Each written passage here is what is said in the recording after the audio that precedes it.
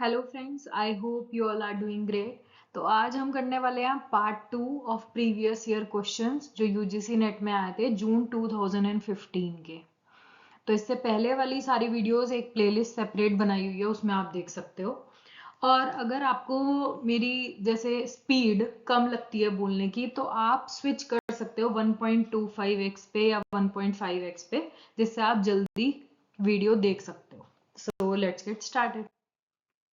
So question number 1 है geometric mean of 2, 6 and x is equals to 6. What is the value of x? Geometric mean आपको तीन numbers का 2 का 6 का और x का आपको 6 geometric mean दे रखा है और दो वैल्यूज दे रखे हैं। तो थर्ड वैल्यू हमें निकालनी है। तो वैल्यू क्या होगी? 2 है, 18 है, 9 है या 3 है। तो सबसे पहले ज्योमेट्रिक मीन का क्या फॉर्मूला होता है? ज्योमेट्रिक मीन होता है हमारा n under root of a1 a2, कितनी भी वैल्यूज हो, जितनी अंदर वैल्यूज होगी ना वही नंबर यहाँ पे आ जाएगा। फॉर एग्जाम्पल अगर मान लो हमारे पास दो वैल्यूज है 2 और 6, तो यहाँ पे 2 और 6 और n की जगह 2 आ जाए 2 आ जाएगा, सॉरी। तो यहाँ पर कितनी वैल्यूज है? 2 6 3। तो अगर हम इसको लिखेंगे तो ज्योमेट्रिक मीन है 3 और यहाँ पे आ गया 2 6 और x। अब हमें ज्योमेट्रिक मीन की वैल्यू 6 पता है, तो हमने इज इक्वल्स टू 6 लिख दिया मैंने। अब आगे इसको हम सॉल्व कर सकते हैं। 3 रहेगा, 6 2 जा 12 और इंटू एक्स ये आ गया और यहाँ पे आ गया 6, यानी कि 12x raise to the power 1/3 है ये। अगर मैं इसको क्यूब रूट है ना ये, तो इसको 1/3 लिखते हैं और यहाँ पे 6 है। अगर मैं क्यूब कर दूं, क्यूबिंग बोथ साइड्स, तो क्या होगा? ये हमारे पास है 12x, 1/3 हमारे पास है ही। अब मैं इस पूरे का क्यूब कर रही हूँ, यहाँ पर 6 का मैंने क्यूब कर दिया। अब 3 इंटू 1/3 क्या होगा? ये 3 से 3 कट गया, तो यहाँ पे आ गया 12x इज इक्वल टू 6 का क्यूब जो होता है 216। तो x क्या हुआ? 216 डिवाइडेड बाय 12। तो इनमें से इनकी वैल्यू क्या आई वो आप खुद कैलकुलेट करो, आपको इनमें से वैल्यूज पता चल जाएगी। तो x है हमारे पास 216/12। तो 3 से जा सकता है, 3 4 जा 12, 3 7 जा 21 और 3 2 जा 6। फिर 4 से जाएगा, 4 1 जा 4, 8 4 जा 32। तो 18 हमारा आ गया करेक्ट आंसर। तो x क्या है? 18 है। तो अगर हम 2 6 और 18 का क्यूब रूट निकालेंगे, x की जगह 18 पुट कर देंगे, तो हमारे पास ज्योमेट्रिक मीन हमारा 6 आ जाएगा। आगे चलते हैं। Question number 2, what is the probability of throwing a total of 8 from a single throw of 2 dice? दो डाइस है हमारे पास जिनको हमने एक बारी में डाला। क्या प्रोबेबिलिटी है जिसमें टोटल ऑफ 8 आए, यानी कि दोनों डाइस पे जो नंबर्स आ रहे हैं ना उनका सम 8 आना चाहिए। तो ऐसी कितनी प्रोबेबिलिटी है? अगर हम दो दो डाइस को डाल रहे हैं साथ में, तो क्या प्रोबेबिलिटी है कि टोटल सम 8 आए? तो सबसे पहले हमें पूरी प्रोबेबिलिटी पता होनी चाहिए कि क्या क्या आउटकम आ सकते हैं। तो अगर हम दो डाइस फेंकते हैं, तो या तो पहले में 1 आएगा, दूसरे में भी 1 आ सकता है। पहले में 1 आया, दूसरे में 2 आ सकता है। फिर पहले में 1 आया, 3 आ सकता है, एंड सो ऑन। ये हो सकता है दूसरे में अब 2 आ गया, पहले वाले डाइस में 1 आया, सेकंड 2 आ गया दोनों डाइस में। तो ये आते हैं आपके सारे आउटकम, जो कि होते हैं 36 आउटकम्स टोटल। यानी कि जब आप दो डाइस डालोगे, इन्हीं 36 में से कोई ना कोई एक आएगा। ठीक है, मान लो मैंने दो गिट्टे डाले और मेरा आ गया 4 और 6। पहले में आया 4 6, तो मेरा ये आया, मतलब इससे बाहर कहीं भी नहीं जाएंगे। तो ये टोटल हो गया हमारा पॉपुलेशन, जिसे हम कहते हैं कि टोटल आउटकम्स ये हैं। अब हमें क्या चाहिए कि आपका टोटल 8 आना चाहिए। 8 कब कब आ सकता है? जब इन दोनों में से एक डाइस का तो सिर्फ मैक्सिमम 6 आ सकता है ना, और दूसरे का भी 6 आ सकता है। तो क्या कॉम्बिनेशन हो सकता है कि टोटल आपका 8 आए? ये हो सकता है कि दोनों में 4 और 4 आ रहे हैं, 8 हो गया, या 5 और 3 आ रहा है, दोनों का सम 8 हो गया, 6 और 2 आ रहा है, या 2 और 6 आ रहा है, दोनों को लेंगे, 6 या 2 आ रहा है, या 2 या 6 आ रहा है, या 5 और 3 आ रहा है, ये भी 8 बना रहे हैं। तो ये 5 जो है मेरे फेवरेबल हो गए, यानी कि जो आ सकते हैं, जिसकी वजह से 8 आएगा, और टोटल आउटकम है 36।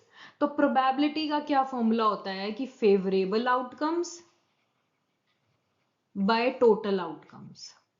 तो टोटल कितने हैं 36, फेवरेबल यानी कि जो हमें इस सिचुएशन में चाहिए, जो कि हमें टोटल सम दे रहा है 8, ऐसे कौन से हैं 1 2 3 4 5, तो 5/36 आ गया आपका करेक्ट आंसर। ओके, आगे चलते हैं। Question number 3, the estimated regression lines are given as follows: y is equals to 10 plus 0.4x or x is equals to -4 plus 1.6y, and the coefficient of correlation between x and y is। Coefficient of correlation निकालना है, x और y के बीच में कितना correlation coefficient है। अगर आपसे ये पूछूं ये क्या है, 0.4 क्या रिप्रेजेंट कर रहा है, ये दिखा रहा है कि 40% जो वेरिएशन y में हो रही है ना, वो x की वजह से हो रही है। जैसे हम कहते हैं ना delta y by delta x, अगर मैं इस इक्वेशन का करूं वो क्या आएगा 0.4, यानी कि x में चेंज करने से y में कितना चेंज आ रहा है 0.4% का। तो यही दिखाता है कि अगर हम टोटल इसको 1 माने और 0.4 यानी कि 40% जो डेविएशंस है, जो वेरिएशन आ रहे हैं y में, वो किसकी वजह से आ रहे हैं x की वजह से आ रहे हैं। सिमिलरली x में जो चेंजेस आ रहे हैं वो आ रहे हैं y की वजह से, और कितना 1.6 टाइम्स। अगर मैं इसको चेंज करती हूँ y को, तो उसका 1.6 टाइम x में वेरिएशन होगा। तो यहां पर हमें निकालना है कोएफिशिएंट ऑफ कोरिलेशन, कितना कोरिलेशन है दोनों के कोएफिशिएंट में। दोनों के कोएफिशिएंट, सबसे पहले आप देख लो कोएफिशिएंट कौन से हैं। x का कोएफिशिएंट क्या है 0.4। कोएफिशिएंट क्या होता है, जो उस वेरिएबल के साथ वैल्यू है वो होता है कोएफिशिएंट। x के साथ कौन है 0.4, y के साथ कौन है 1.6। तो इसका फॉर्मूला होता है ये r, जो कि हमें कोएफिशिएंट ऑफ कोरिलेशन दिखाता है, वो होता है अंडर रूट ऑफ BYX, यानी कि ये वाला 0.4, और BXY जो है 1.6। तो मैंने क्या बोला, दोनों का कोएफिशिएंट ले लो, उनका रूट कर दिया हमने, तो सीधा सीधा आंसर आ जाएगा आपका। तो यहां पर BYX क्या है, regression coefficient of y on x, यानी कि इस इक्वेशन में जो ये है वो है। तो हमारी जो फर्स्ट इक्वेशन है वो सेम ही है, तो 0.4 आया हमारा BYX, और BXY क्या है 1.6 है। इन दोनों को मल्टीप्लाई करेंगे, क्या आएगा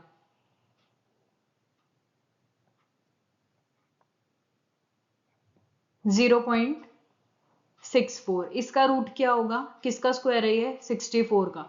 तो अगर मैं 0.8 इंटू 0.8 लिखूं तो यही मतलब है, तो रूट से बाहर निकालने के लिए 2 की जगह 1 बार लिखेंगे, तो 0.8 आपका आंसर आ गया है। तो D is the correct answer. Options बहुत अच्छे दे रखे हैं, क्योंकि आधे जने 0.64 भी लिख के आएंगे इसका आंसर। ठीक है, तो थोड़ा सा फॉर्मूला को ध्यान में रखो, और ना यूजीसी नेट रिपीट करती है फॉर्मूलेज, इन्हीं क्वेश्चंस यही फॉर्मूलेज आएंगे, तो इन फॉर्मूलोज को थोड़ा सा माइंड में रखिए आप लोग। ठीक। Question number 4, for a distribution mean आपको दिया हुआ है 26, मीडियन आपको दिया हुआ है 14 एंड मोड दिया हुआ है 7। तो ये डिस्ट्रीब्यूशन क्या है, क्या ये पॉजिटिवली स्क्यूड है, नेगेटिवली स्क्यूड है, सिमेट्रिकल है, या नन है। तो 3 टाइप के मोस्टली ना आपके पास शेप्स होती हैं। एक पॉजिटिवली स्क्यूड होती है, स्क्यूड का मतलब आप मानो टेल, ठीक है। तो पॉजिटिवली स्क्यूड का मतलब राइट टेल्ड है, यानी कि पहले ऊपर है फिर यूं है। नेगेटिवली स्क्यूड का मतलब लेफ्ट साइड टेल है आपकी यूं है। सिमेट्रिकल का मतलब बीच में है। ये जो y एक्सिस है ये दिखाता है हमारा फ्रीक्वेंसी, कितनी बार वो चीज रिपीट हो रही है।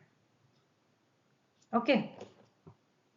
अब सबसे पहले एक रूल ऑफ थंब है जो कि डायरेक्ट फॉर्मूला है कि अगर आपका मीन आपके मीडियन मोड से ज्यादा है, यानी कि ये हायरार्की है, सबसे पहले मीन है, सबसे बड़ी वैल्यू मीन, फिर मीडियन, फिर मोड, तो ये हम मानते हैं ये पॉजिटिवली स्क्यूड है, ये राइट टेल्ड है, लाइक दिस।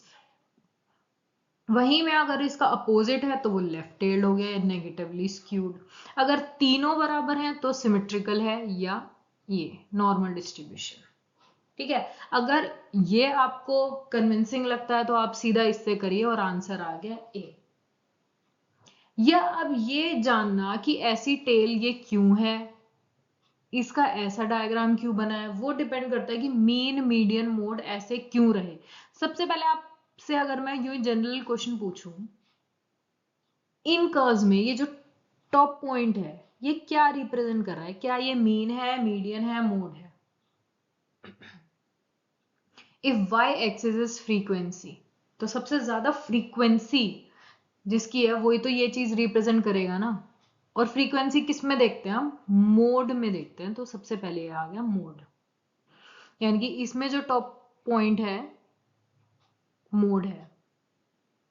फिर बात आती है कि अगर कोई मान लो 15-20 डेटा है, उसमें से रिपीट जो हो रहा है वो तो मोड है, ठीक है। मीडियन कौन सा होगा, इसको मैं सिंपल एक एग्जांपल से समझाती हूँ। मान लो सैलरीज देख रहे हैं हम एक कंपनी में, जहां पे मोस्ट एम्प्लॉय, ज्यादातर एम्प्लॉयज अर्न करते हैं 30,000 to 50,000, लेकिन सीईओ अर्न कर रहा है हमारा 10 करोड़।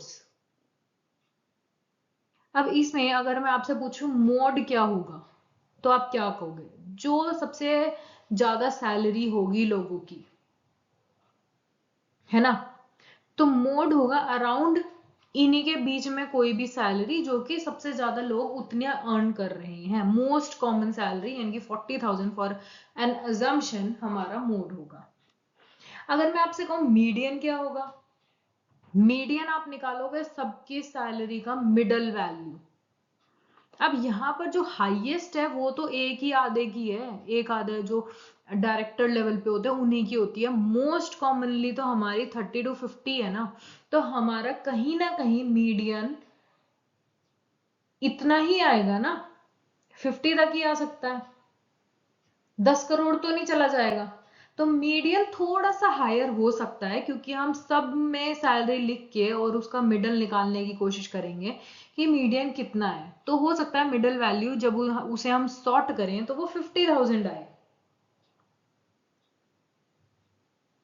ठीक है, अब ये मत मानना कि 30 और 50 के बाद सीधा 10 करोड़ है, उसके बीच में और भी वैल्यूज आएंगी, कोई 1 करोड़ कमा रहा है, कोई कुछ, लेकिन वो बहुत कम जने हैं, तो उनका इम्पैक्ट इतना मीडियन पे नहीं पड़ता। हम मिडल वैल्यू देखते हैं जो कि पूरे डेटा को रिप्रेजेंट करें। फिर आता है मीन। क्या होता है मीन? होता है सबकी सैलरीज को ऐड कर देंगे डिवाइडेड बाय नंबर्स, तो mean is pulled up a lot. अब मीन में हम इन लोगों की भी सैलरी लेंगे प्लस इसकी भी लेंगे, तो क्या इसका इम्पैक्ट नहीं बढ़ेगा? अगर मैं मान लो मीन निकाल रही हूं, मैं कह रही हूँ 30,000 प्लस 50,000 प्लस 10 करोड़, तो ये तो पूरे पूरे एवरेज को बढ़ाएगा या नहीं बढ़ाएगा? बहुत बढ़ा देगा, है ना। तो मे बी आपका मीन जो आए वो 5 लाख तक पहुंचा दें। मीन मतलब कि अगर हम सब एम्प्लॉयज को सेम सैलरी दे तो कितनी दे कि आपकी टोटल सैलरी इक्वल हो जाए जो आप अभी दे रहे हो। अभी तो डेविएशन है, किसी को आप करोड़ों में दे रहे हो, किसी को आप हजारों में दे रहे हो, लेकिन मीन एक ऐसा वैल्यू है कि अगर आप सबको 5-5 बांटोगे ना, तब आपका पूरी सैलरी जो अभी अनइक्वली बांट रहे हो तब इक्वली बांटोगे तो बराबर हो जाएगी। तो यहां पर क्या देखा, सबसे पहले मीन होगा क्योंकि उसमें हायर इनकम वाला भी आ रहा है, फिर आएगा मीडियन, फिर आएगा मोड। इसकी वैल्यूज देख रहे हो, सबसे ज्यादा मीन है, फिर मीडियन है, फिर मोड है। तो ये जब सीक्वेंस होती है ना, तब हम कहते हैं डेटा जो है पॉजिटिवली स्क्यूड है, यानी कि राइट टेल में वैल्यूज नहीं आ रही, यहाँ पे मोड है तो इसके यहाँ पे मीडियन आएगा और यहाँ पर इसका मीन आएगा, बीच में रहेगा हमारा मीडियन। वो हमेशा की बात है, मीन और मोड के बीच में रहेगा मीडियन। आई होप क्लियर है, आगे चलते हैं। Question number 5, if in a village all farmers are divided into 3 categories में हमने सारे फार्मर्स को बांट दिया, एक है मार्जिनल, एक है स्मॉल, एक है large, and then a sample of 20 farmers is taken randomly from each category. यानी कि हमने मार्जिनल से 20 फार्मर्स को सिलेक्ट कर लिया, स्मॉल वाले में से 20 को सिलेक्ट कर लिया और लार्ज में से 20 को सिलेक्ट कर लिया, यानी कि हर एक कैटेगरी में से हमने 20-20 फार्मर्स को ले लिया। तो ये किस टाइप की सैंपलिंग है? यानी कि पहले हमने पूरे पॉपुलेशन को अलग अलग कैटेगरीज में बांटा है, मार्जिनल, स्मॉल और लार्ज में। फिर हमने ईच कैटेगरी में से 20-20 सैंपल को ले लिया, जिससे हमारा एक अच्छा सैंपल बन गया जो कि रिप्रेजेंट कर रहा है एंटायर पॉपुलेशन को। पूरे गांव में किस टाइप के फार्मर है? 3 ही टाइप के फार्मर्स हैं। अगर मैं बिना कुछ करे यूं ही रैंडमली सिलेक्ट कर लेती तो हो सकता था सारे मार्जिनल आ जाएं, स्मॉल आ जाएं और 2 ही कैटेगरी के आए, तीसरा ओवरलुक हो जाए, नहीं देखा गया। हो सकता है स्मॉल और लार्ज आ जाएं, मार्जिनल रह जाएं, है ना। तो लेकिन इस क्वेश्चन में ये कौन सी टाइप की सैंपलिंग है जिसमें सबसे पहले हमने पूरे गांव के जो फार्मर्स हैं उनको 3 कैटेगरी में बांटा, उसके बाद हर एक कैटेगरी में से हमने 20-20 बंदे लेके 60 का एक अच्छा सैंपल बना दिया, जो कि पूरे जो फार्मर्स है ना विलेज में, उन सबका एक अच्छा रिप्रेजेंटेशन हो सैंपल में, ऐसा बनाया। तो एक किस टाइप की सैंपलिंग में होता है? सिस्टमैटिक सैंपलिंग में, स्ट्रेटिफाइड सैंपलिंग में, क्लस्टर सैंपलिंग में या मल्टी स्टेज सैंपलिंग में? आप खुद सोचना इसका आंसर क्या आना चाहिए। हमने एक पहले जो मैंने एक यूजीसी नेट की कोई सीरीज मतलब एक वीडियो कराई जिसमें मैंने सिस्टमैटिक सैंपलिंग आपको करवाया है कि ये क्या होता है। सिस्टमैटिक सैंपलिंग होता है किसी हम सिस्टम से चल रहे हैं जिसमें फर्स्ट पर्सन तो हम रैंडमली ले लेते हैं, उसके बाद हम हर एक kth आइटम को पिक करते हैं। अगर आपने वो वीडियो देखी है तो आपको याद आ जाएगा कि सिस्टमैटिक सैंपलिंग ऐसी सैंपलिंग होती है जिसमें फर्स्ट जो सैंपल है वो मैंने रैंडमली उठा दिया, उसके बाद जो भी मैं उठाऊंगी ना तो उससे हो सकता है हर एक 5th आइटम उठाऊं या हर एक 7th आइटम उठाऊं एंड सो ऑन, कि पूरा जो पॉपुलेशन है उसका अच्छा रिप्रेजेंटेशन हो।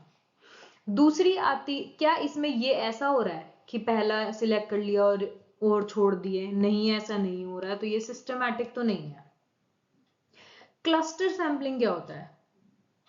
जिसमें हम अलग अलग ना एक क्लस्टर से बना देते हैं और उनमें से कोई भी एक को उठा लिया, वो होता है क्लस्टर सैंपलिंग। तो ऐसा हो रहा है इसमें गिवन केस में?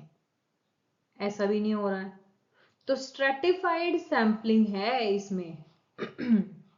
स्ट्रेटिफाइड सैंपलिंग एक ऐसी सैंपलिंग है जिसमें हम पूरे पॉपुलेशन को सबसे पहले स्ट्राटा या डिफरेंट ग्रुप्स में बांट देते हैं on the basis of some characteristic. यहाँ पे दिख रहा है ना आपको, marginal farmer, small farmers, large farmer. तो एक करेक्टरिस्टिक के ऊपर हमने पूरे गांव के फार्मर्स को सबसे पहले बांट लिया। Then a random sample is taken from each group. मान लो हर एक ग्रुप में मार्जिनल भी 50 है, ये भी 30 है, ये मान लो 80 है। अब हमने क्या किया, हर में से इसमें से मैंने मान लो 2-4 ले लिए, 10 का सैंपल लेना है तो हो सकता है इसमें से 3 ले लिए, इसमें से 4 ले लिए, इसमें से 3 ले लिए, ऐसा करके हमने एक रैंडमली सैंपल, वो भी ये नहीं है कि फर्स्ट 4 आ जाओ फर्स्ट 3 आ जाओ, नहीं, रैंडमली ले लिया। तो इससे क्या होता है, this ensure that each category वो रिप्रेजेंट हो रही है हमारे सैंपल में। आई होप समझ आ रहा होगा कि सबसे पहले हमने कैटेगरी बांट दी, अब हर एक कैटेगरी में से जब मैं रैंडमली सिलेक्ट करूंगी ना तो मेरे पास एक अच्छा सैंपल आएगा जो कि पूरे विलेज के फार्मर्स को और तीनों कैटेगरीज को कवर कर रहा है।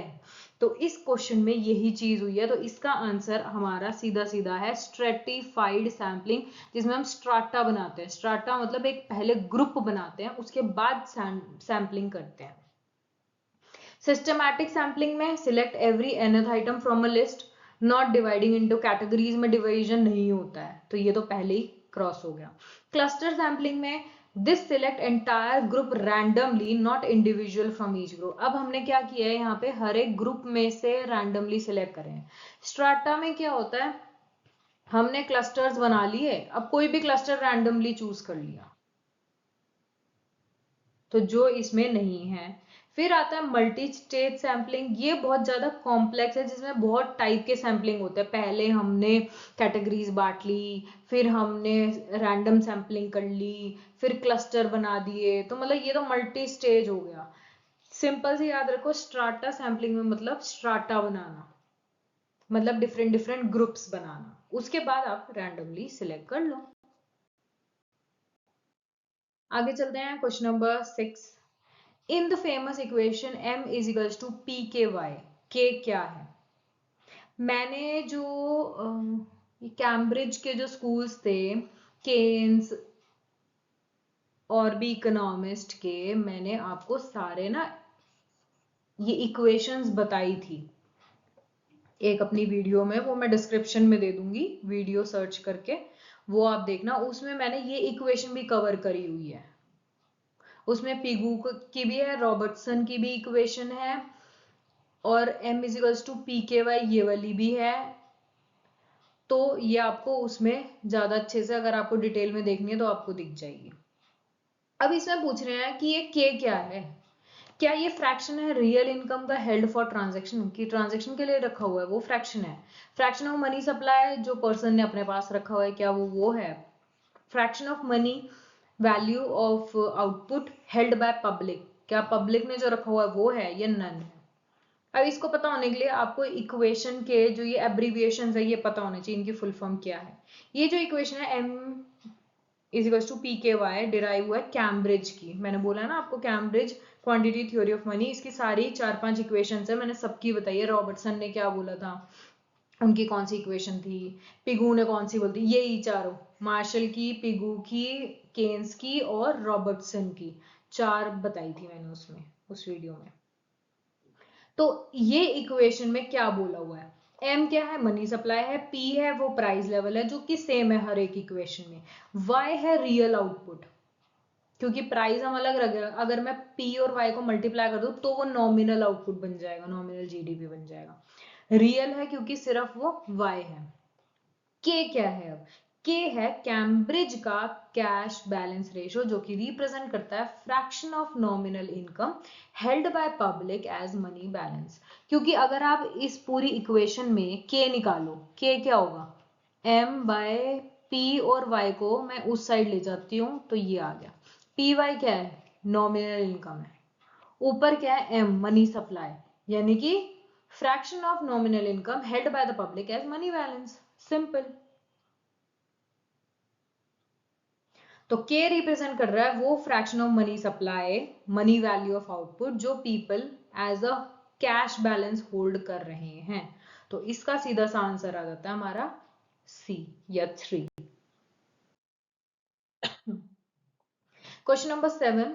According to Keynesians, creeping inflation will help in minimizing unemployment, maximizing real output, none या both। अब मैंने टाइप्स ऑफ इन्फ्लेशन भी आपको करा रखा है, गैलोपिंग क्या होता है, क्रीपिंग क्या होता है, हेडलाइन इन्फ्लेशन क्या होता है, कोर इन्फ्लेशन क्या, मैंने एक प्रॉपर वीडियो बना रखी है डिफरेंट टाइप ऑफ इन्फ्लेशन की। उसमें मैंने क्रीपिंग इन्फ्लेशन भी बोला है, जो कि आराम आराम से धीरे धीरे जैसे रेंगता नहीं है बच्चा, तो वो ही होता है क्रीपिंग इन्फ्लेशन। वैसा इन्फ्लेशन जो 2-3-4% के आसपास रहता है, वो होता है क्रीपिंग इन्फ्लेशन। अब ये कह रहा है अकॉर्डिंग टू केन्शियन, क्रीपिंग इन्फ्लेशन से क्या होता है, क्या वो अनएम्प्लॉयमेंट को मिनिमाइज करता है, क्या वो आउटपुट को मैक्सिमाइज करता है, क्या करता है। तो केन्शियन इकोनॉमिक्स में क्रीपिंग इन्फ्लेशन, जिसे हम लो और स्टेबल इन्फ्लेशन कहते हैं, जो कि 2 से 3% के बीच में होता है, उसका पॉजिटिव इम्पैक्ट होता है। हम कहते हैं ना इन्फ्लेशन है, लेकिन एक इकोनॉमी को आगे बढ़ने के लिए ना कुछ तो इन्फ्लेशन चाहिए होता है। तो ये जो क्रीपिंग इन्फ्लेशन है, ये वही है जो हेल्दी है एक कंट्री के लिए। इन्फ्लेशन मतलब प्राइसेस का बढ़ जाना, लेकिन हमेशा ये नहीं होता। अगर किसी कंट्री में 8-10% इन्फ्लेशन है, वो दिक्कत हो जाती है, क्योंकि एक इसका ब्रैकेट होता है 2 से 6% के बीच में ना एक सस्टेनेबल इन्फ्लेशन माना जाता है, जो कि एक गुड है, इस ब्रैकेट में ही होना चाहिए। तो क्रीपिंग क्या हुआ, 2-3% इन्फ्लेशन है जिसके पॉजिटिव इम्पैक्ट होते हैं। सबसे पहला ऐसा इन्फ्लेशन जो है ना अनएम्प्लॉयमेंट को कम करता है। अकॉर्डिंग टू केन्स ने ये चीज बोली है। केन्स कहते हैं कि मॉडरेट इन्फ्लेशन जब होता है ना उससे वेजेस कम हो जाते हैं, क्योंकि नॉमिनल वेजेस अगर मान लो आप स्टिकी है कि वो सेम है, तो रियल वेजेस हमारी कम हो जाती है। हम उनको वेजेस तो उतनी ही दे रहे हैं, नॉमिनल वेजेस क्योंकि स्टिकी है उतने ही है। अब अगर मान लो इन्फ्लेशन है और नॉमिनल वेज आपको 10,000 की 10,000 ही सेट है, लेकिन इन्फ्लेशन चल रहा है 2-3% का, तो इसका मतलब आपकी रियल जो वेजेस है वो कम हो चुकी है। रियल वेजेस कम होने का मतलब फर्म्स अब आपको ज्यादा हायर करेगी, क्योंकि उन्हें पैसा उतना ही देना पड़ रहा है। इन्फ्लेशन है इकोनॉमी में, कोई दिक्कत नहीं है, लेकिन अगर मान लो 10,000 वो पहले देती थी पिछले साल, अब भी इस साल 10,000 ही दे रही है, जबकि उन्हें पता है 2-3% इन्फ्लेशन है, लेकिन वो उसको कंसीडर नहीं कर रही है। तो वो क्या कहेंगी, अभी सस्ता ही है लेबर, पहले हम 10,000 देते थे, अब इन्फ्लेशन को अगर तुम मानोगे तो हम तो कम ही पैसे दे रहे हैं लोगों को। तो वो क्या करेगी, और ज्यादा हायर कर देगी कि सस्ते लेबर है, जिसकी वजह से आपका अनएम्प्लॉयमेंट कम हो जाएगा। और ये चीज आपको फिलिप्स कर्व भी सपोर्ट कर रहा है। वो खुद कहता है इन्फ्लेशन और अनएम्प्लॉयमेंट में इनवर्स रिलेशनशिप होता है। तो आप इन्फ्लेशन की जब बात कर रहे हो, जब इन्फ्लेशन आएगा तो अनएम्प्लॉयमेंट कम होनी ही होनी है। तो ये चीज सपोर्ट करती है फिलिप्स कर्व को कि there is an inverse relationship between inflation and unemployment in the short run. दूसरा आता है ये रियल आउटपुट को भी मैक्सिमाइज करता है। जब भी इन्फ्लेशन होता है ना तो उससे क्या दिखता है, थोड़ा बहुत इन्फ्लेशन है मान लो, तो उससे डिमांड बढ़ जाती है, बिजनेसेस ज्यादा प्रोड्यूस करने लग जाते हैं, आउटपुट आपका बढ़ जाता है, डिमांड बढ़ रही है, तो इससे क्या होगा, इकोनॉमिक ग्रोथ आएगी, डिमांड बढ़ेगी तो प्रोडक्शन भी बढ़ेगी। तो इट हेल्प्स अवॉइड डिफ्लेशनरी जो ट्रैप होता है ना उससे हम बच जाते हैं।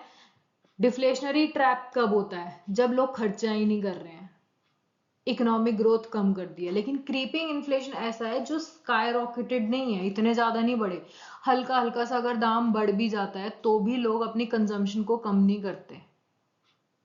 तो ये वही इन्फ्लेशन है जिसकी वजह से लोगों की डिमांड भी आप ये कह सकते हो कि चलती रहती है, वो स्टॉप नहीं होती है या ज्यादा उसमें गिरावट नहीं आती है। क्योंकि अगर मान लो 2-3% तो बहुत कम है, मान लो 7% इन्फ्लेशन आ गया, पहले कोई आइटम 700 की थी, आज वो 1000 की बेच रहे, तो आप यूं कहोगे ना कि नहीं भाई बहुत महंगा हो गया, हम कम खरीदेंगे। लेकिन अगर 700 की जगह वो चीज 710, 720, 800 की भी हो जाती तो आप कहोगे ठीक है भाई, इतना तो हर एक साल होता ही होता है, इतना तो बियरेबल है। तो ये कह रहा है इसीलिए डिमांड पे इतना ज्यादा इम्पैक्ट नहीं पड़ता है, और प्रोडक्शन चलती रहती है, कंजम्पशन भी हो रही है और इकोनॉमी ग्रोथ रहती है। तो according to Keynes creeping inflation आपका अनएम्प्लॉयमेंट को भी मिनिमाइज करता है और आपका आउटपुट भी मैक्सिमाइज करता है, यानी कि बोथ ए एंड बी। आगे चलते हैं question number 8। In the classical macro system money determines which of the following. Classical model आ रहा है तो मनी क्या डिटरमाइन करती है, आउटपुट प्राइजेस को, एम्प्लॉयमेंट प्राइजेस को, आउटपुट एम्प्लॉयमेंट को, या प्राइजेस को। Classical macro system, classical macro system के अंदर ना मनी को न्यूट्रल माना गया है। वो कहते नहीं क्लासिकल कि कोई नहीं, जो भी फ्लक्चुएशन है शॉर्ट टर्म है, इन लॉन्ग रन हम सब चीज सही हो जाएगा, अपने आप ही मार्केट एडजस्ट कर जाएगी। तो वो क्या कहता है, मनी न्यूट्रल है, जितना एक फर्म लगाएगी in the form of wages देगी वो ही आपके पास घूम फिर के आना है। तो उनके अकॉर्डिंग मनी जो है ना वो न्यूट्रल है, उसका इम्पैक्ट आपके रियल वेरिएबल्स पे नहीं पड़ता है। क्लासिकल्स का क्या कहना था कि मनी जो है वो न्यूट्रल है, इसका इम्पैक्ट रियल वेरिएबल्स पे नहीं पड़ता। रियल वेरिएबल्स मतलब जो आप आउटपुट प्रोड्यूस कर रहे हो, जो आप एम्प्लॉयमेंट क्रिएट कर रहे हो वो पैसों से लिंक्ड नहीं है, तो इसलिए उनका इम्पैक्ट उससे नहीं पड़ता है, रियल वेरिएबल्स पे नहीं पड़ता है। इंस्टेड मनी इन्फ्लुएंस करती है, सिर्फ नॉमिनल वेरिएबल्स को इन्फ्लुएंस करती है वो, जो कि प्राइस से रिलेटेड है। तो आइडिया था क्लासिकल डिकोटॉमी का, जिसका मैंने एक आपसे क्विज भी पूछी थी कि क्लासिकल डिकोटॉमी क्या होती है। उसमें इन्होंने डिफरेंशिएट किया हुआ है कि रियल वेरिएबल्स को और आपके नॉमिनल वेरिएबल्स में डिफरेंस होता है। रियल वेरिएबल्स वो होते हैं जो कि इम्पैक्ट नहीं करते हैं, जैसे आउटपुट हो गया, क्वांटिटी कितनी प्रोड्यूस कर रहे हो आप लोग, एम्प्लॉयमेंट कितना जनरेट कर रहे हो, उस पर कोई भी इम्पैक्ट नहीं पड़ेगा। रियल वेज भी ले सकते हो, आप कितने गुड्स खरीद सकते हो उस इनकम में। ये ऐसे फैक्टर्स है जो रियल वेरिएबल्स रिप्रेजेंट करते हैं। नॉमिनल होते हैं जो प्राइस से डिपेंड होते हैं, प्राइस से चेंज हो जाते हैं, जैसे प्राइजेस खुद हो गए, वेजेस हो गए, influence by the changes in the money supply. अगर आप मनी सप्लाई ज्यादा करोगे तो क्या होगा, आपकी वेजेस बढ़ेगी, आपकी सैलरीज बढ़ेगी, तो मतलब नॉमिनल वेरिएबल्स चेंज हो रहे हैं, नॉमिनल वेरिएबल है। वहीं पे गुड एम्प्लॉयमेंट थोड़ी चेंज हो जाएगी, वो होगा रियल वेरिएबल्स। तो इसका आंसर कि in classical macro system money क्या डिटरमाइन करती है, प्राइजेस को हाँ डिटरमाइन करती है, आउटपुट को नहीं, आउटपुट को नहीं करती, आउटपुट और एम्प्लॉयमेंट को भी नहीं करती, एम्प्लॉयमेंट को नहीं करती, प्राइजेस को तो करती है, तो सिर्फ प्राइजेस इसका करेक्ट आंसर जाएगा। Okay, question number 9, jam Trinity. Jam Trinity क्या है? ट्रिनिटी मतलब तीन चीजों का मिश्रण, तीन चीजों से बनी है। तो ये क्या होता है, क्या ये जनधन अकाउंट बनी है तो एक ही चीज हुई, ये तो वैसे ही कट गया। जन आवास और मनी, क्या ये फुल फ्लैश लग रहे हैं आपको ऑप्शन? जन धन योजना, हाँ जी सुना हुआ है। आधार और मोबाइल नंबर्स, ओके। ज्योति, आधार और मोबाइल। वैसे तो आप ऑप्शन देख के इसका आंसर क्लिक कर सकते हो कि क्या होता है। वैसे ये तीन चीजों का मिश्रण होता है। जैम ट्रिनिटी स्टैंड करता है जनधन योजना, आधार कार्ड और mobile numbers. It was introduced by the government of India लाए थे to enhance financial inclusion. Financial inclusion मतलब कि उन सेक्टर्स को भी, उन एरियाज को भी बैंकिंग तक लेके आना जहां पर आजकल जैसे कहते हैं ना गांव देहात में कुछ नहीं है, लेकिन वहां पे भी बैंक जा रहे हैं, वहां पे भी अकाउंट्स खुलवा रहे हैं लोगों के। तो फाइनेंशियल इंक्लूजन मतलब हर एक बंदा बैंकों की पहुंच तक होना चाहिए। एंड डायरेक्ट बेनिफिट ट्रांसफर, आजकल मोदी जी क्या कर रहे हैं कि डायरेक्ट उनके पास मोबाइल नंबर्स हैं, आधार नंबर हैं, उनके पास बैंक अकाउंट है, डायरेक्ट उसमें मनी ट्रांसफर कर रहे हैं, कोई मिडल मैन नहीं आ रहा वहां पे। पहले क्या होता था, पैसे बोले हुए हैं देने हैं, लेकिन वो मिडल मैन खा जाते थे सारे। अब डायरेक्ट बेनिफिट ट्रांसफर आया है to eliminate the middle man का यूज, उसमें से हटा दो आप।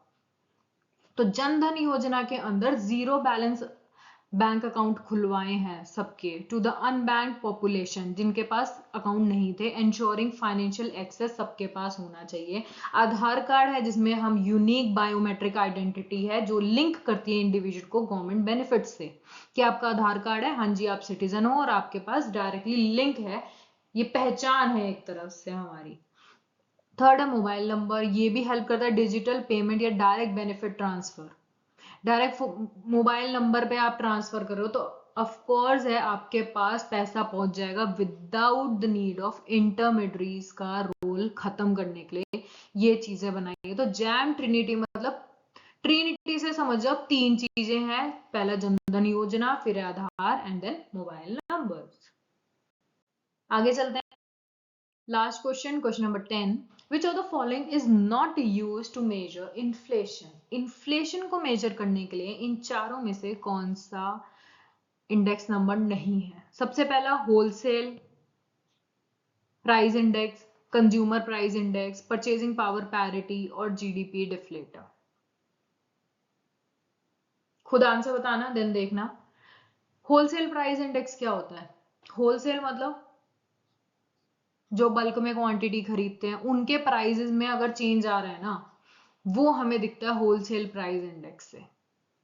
पहले रिटेलर्स होलसेलर से 1 क्विंटल मान लो 2000 में लेते थे या 50,000 में लेते थे, अब वही 1 क्विंटल अब वो 80,000 में ले रहे हैं। अगर उनमें चेंजेस आ रहे हैं तो मतलब इन्फ्लेशन है। तो होलसेल प्राइस इंडेक्स क्या करता है, वो मेजर करता है changes in the price of goods at the wholesale level before they reach the consumer. हमारे तक पहुंचने से पहले अगर होलसेल के रेट ही चेंज हो चुके हैं ना, तो वो कौन सा इंडेक्स मेजर करेगा, wholesale price index. It reflect the overall price movement in the economy and is commonly use in India to measure inflation. दूसरा आता है कंज्यूमर। अब हमारे तक जब कोई चीज पहुंच रही है उसके प्राइस में कितनी वेरिएशन है, सीपीआई वो मेजर करते हैं कि average change in the price level of a basket of consumer goods and services purchase by house hold. पहले मैं 10 कमोडिटी अलग अलग 1000 रुपए में खरीदती थी, आज के टाइम में अगर मैं वही 10 कमोडिटी बहुत महंगे 5000 में खरीदूं तो मतलब इन्फ्लेशन है। तो मेरे एंड से मतलब कंज्यूमर के परस्पेक्टिव से अगर आप मेजर करोगे उसके चेंजेस, तो वो दिखाएगा हमारा consumer price index. It directly reflect the cost of living and widely used to measure inflation. Purchasing power parity क्या होता है? परचेजिंग पावर पैरिटी कैप्चर करता है price level of different countries to determine exchange rate adjustment needed for equality in purchasing power. It is used for international income and living standards comparison, not for measuring inflation. Inflation को measure करने के लिए purchasing power parity नहीं होता। purchasing power parity का मतलब होता है कि आप सेम गुड दो कंट्रीज में कितने के अमाउंट पे खरीद सकते हो।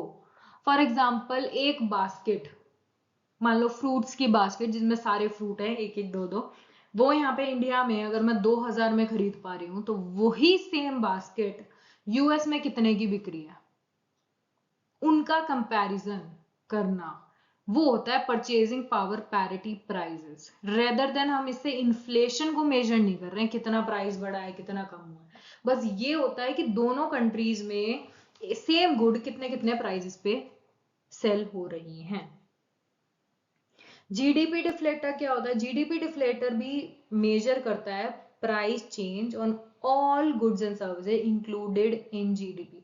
जब हम जीडीपी निकालते हैं उसमें सारे गुड्स और सर्विसेज को जिसको भी इंक्लूड करते हैं, अगर उसमें हमें चेंजेस देखने हैं ना, कितना इन्फ्लेशन डिफ्लेशन क्या हुआ है, तो वो हम जीडीपी डिफ्लेटर से देखते हैं। It provide a broad measure of inflation by comparing nominal को भी देखते हैं हम, रियल भी देखते हैं। और जीडीपी डिफ्लेटर रिमूव करता है इन्फ्लेशन के इफेक्ट को from GDP and tells us real growth कितनी हुई है कंट्री में, वो हम जीडीपी डिफ्लेटर से निकालते हैं। क्यों? क्योंकि अगर हम नॉमिनल जीडीपी देखते हैं तो भाई वो तो करंट प्राइसेस को इंक्लूड कर लेगा, वो तो इन्फ्लेशन को भी ऐड कर लेगा। वहीं पे रियल जीडीपी होता है कांस्टेंट प्राइस पे। तो जब भी हम डिफ्लेटर का यूज करते हैं तो इसका मतलब हम इन्फ्लेशन के इम्पैक्ट को हटा रहे हैं, और वैसे ही आपको बता रहे हैं कितना क्या चल रहा है, कितने प्राइस में चेंजेस आए हैं, रियल ग्रोथ एक कंट्री में कितनी हुई है। सो थैंक यू, आज के लिए इतना ही। अगर कोई भी डाउट हो please use comment section and have a great day. Bye bye.